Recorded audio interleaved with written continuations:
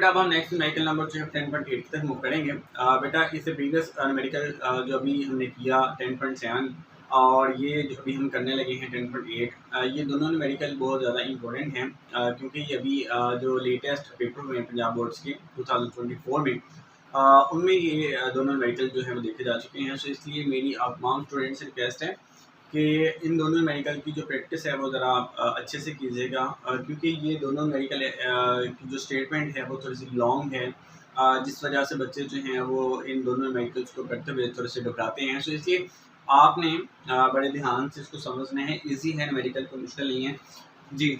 तो बेटे हमें जो है इस मेडिकल की स्टेटमेंट के अंदर क्या कहा जा रहा है, सबसे पहले इसको समझते हैं और इसके बाद इसके सोल्यूशंस की तरफ मूव करते हैं। ठीक है, तो आपकी जो है बिल्कुल तवज्जो जो है वो व्हाइट बोर्ड की तरफ होनी चाहिए।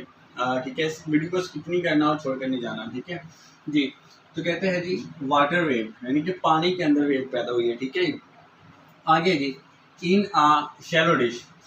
बेटे शैलो डिश जो है इससे मुराद ये है कि ऐसी प्लेट जिसकी गहराई कम हो, ऐसी प्लेट जिसकी गहराई कम हो।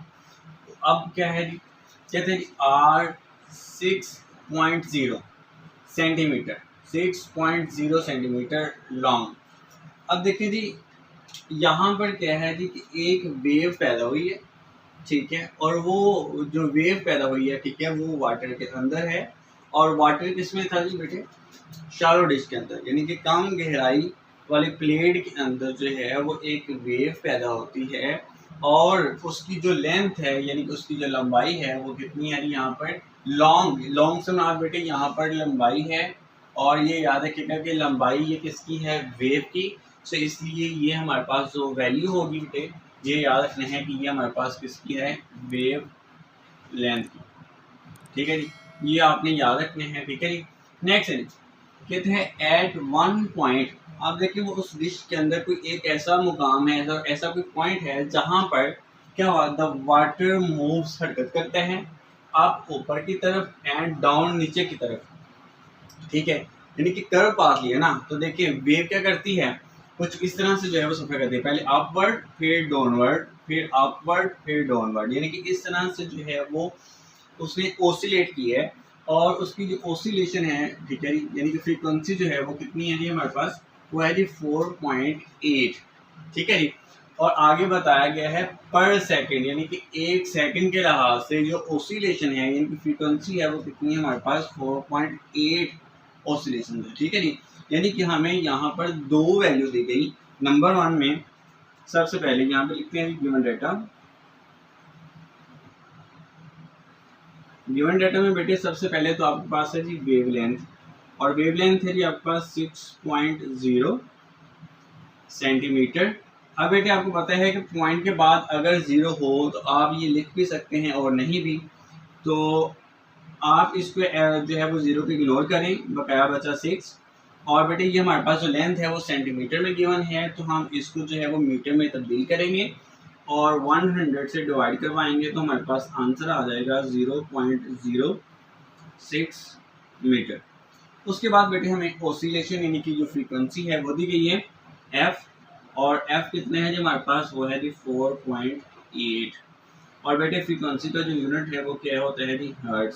यहाँ पर मेंशन नहीं है, तो इसलिए आपने बिल्कुल तवज्जो के साथ, ध्यान के साथ जो है वो यहाँ पर ये यूनिट भी साथ मेंशन करने हैं, जबकि ये जो हमारे पास जो लेंथ दी गई है ये वेव लेंथ है। ठीक है जी, अब देखिए नेक्स्ट क्या कह रहे थे हमें, पॉइंट ए कहते हैं what is the speed of the water waves, यानी कि पानी के अंदर जो वेव पैदा हुई उसकी स्पीड बताएं। तो यहाँ पर हम लिखेंगे जी टू फाइंड, और हमारे पास क्या है जी, हमने स्पीड फाइंड आउट करनी है। और नंबर 2 कहते हैं व्हाट इज द पीरियड, और यहाँ पर बेटे पीरियड से क्या मुराद लेना है जी आपने, पीरियड से मुराद टाइम। ठीक है, टाइम पीरियड, और time period of the wave हमने फाइंड आउट करना है, ना कि सिंपल पेंडुलम का। जी तो बेटा सबसे पहले हम क्या फाइंड आउट करेंगे जी, speed of the wave find out करेंगे।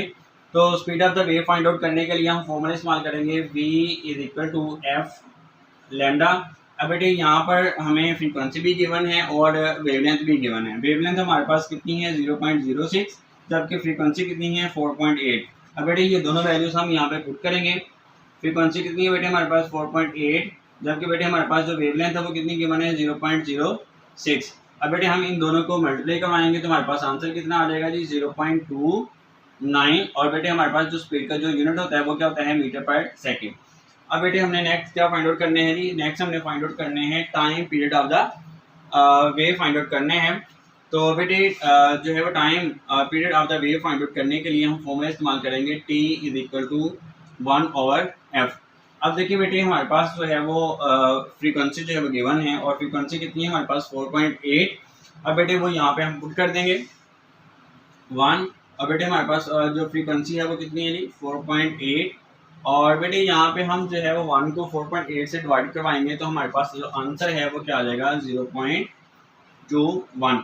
और बेटे जो हमारे पास जो टाइम पीरियड है उसका जो यूनिट होता है वो क्या होता है जी सेकंड। ये नहीं जी बेटे ये न्यूमेरिकल जो है वो हमारा हो गया है कंप्लीट। उम्मीद है कि आपको जो है वो इस न्यूमेरिकल के अंदर जो है वो किसी भी किस्म की कोई प्रॉब्लम नहीं हुई होगी।